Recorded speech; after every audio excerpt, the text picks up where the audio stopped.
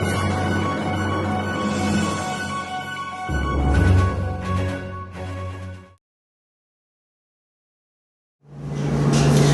I'm Harry Gerard and welcome to Dolphin TV.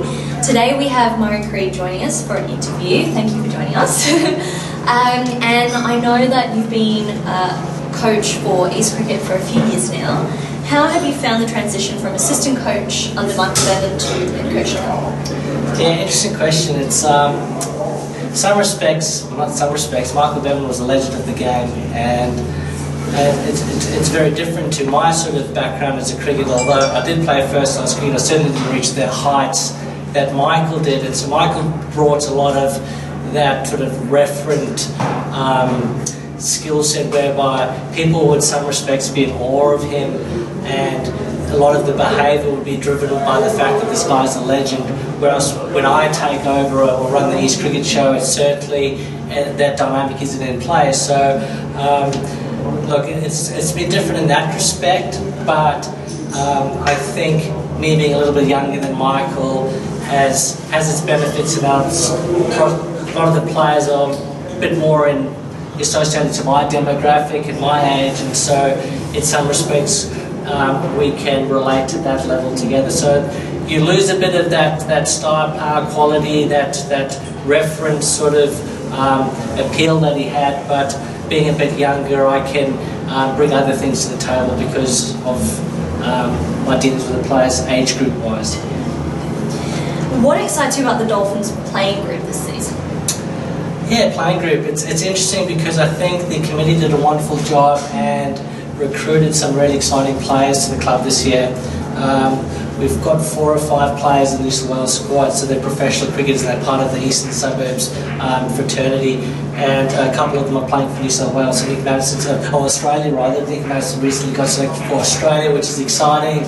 Peter Neville's in that fold. Unfortunately, recently got dropped. So you've got these phenomenal cricketers that are playing international cricket, and they're part of the East Dolphins Cricket Club. So that's certainly exciting from a coach's point of view to deal with those type of players. But then the Henry Thorntons, the Will Somervilles, the John D. Pattersons, all playing for New South Wales, are in the squad. And again, they're fantastic cricketers with exciting prospects, and it's great just to deal with them in a club environment, knowing that it's very likely they're going to go into bigger and better things. So, yeah. That's exciting. Coaching a grade cricket, I'm sure, can be frustrating at times, yet obviously rewarding.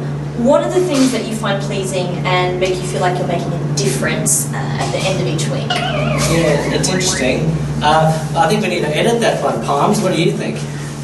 It sounded like, you know what it did sound like. It sounded like a... We all know what it sounded like, but we're not going to talk about it.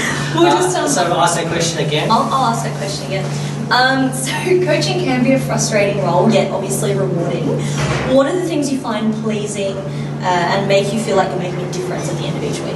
Right, that's a good question. And I think ultimately when you coach a grade cricket club, it's not something you necessarily in for the money or the prestige of it. It's and the essence of it is you want to help people, right? And I think at an individual level, coming back to your question, you get a bit of, you feel that feeling of reward when you notice the players you're dealing with individually are improving, and that certainly gives me a buzz and certainly drives my involvement within the club. Just seeing people get better individually, and then second to that, from a team point of view, you know, like I think we certainly set ourselves goals on where we want to be at the end of the year in terms of on the ladder. And certainly when the team and the club is doing well and improving upon last year, hopefully it's certainly a good feeling.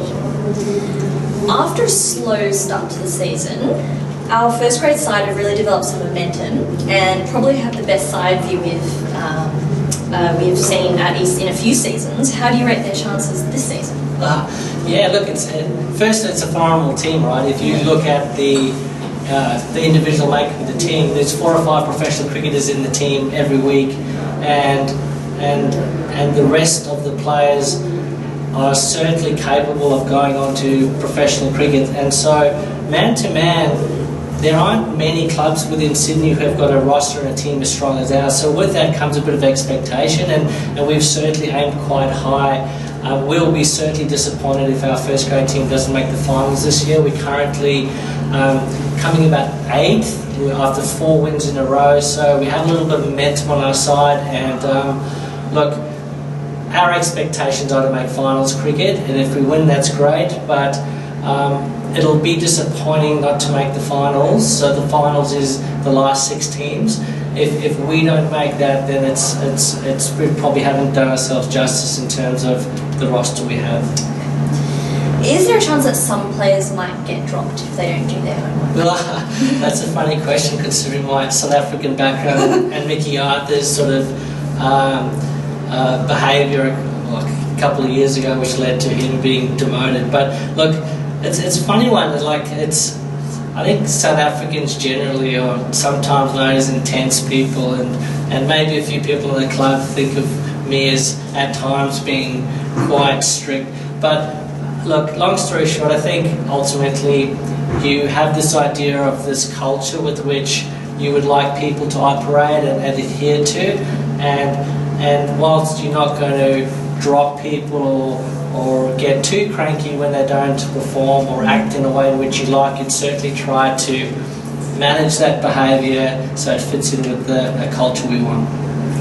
Right, well, Murray, thank you for joining us today, and good luck for the rest of the season. Great, thank you very much. Thank you. Cheers.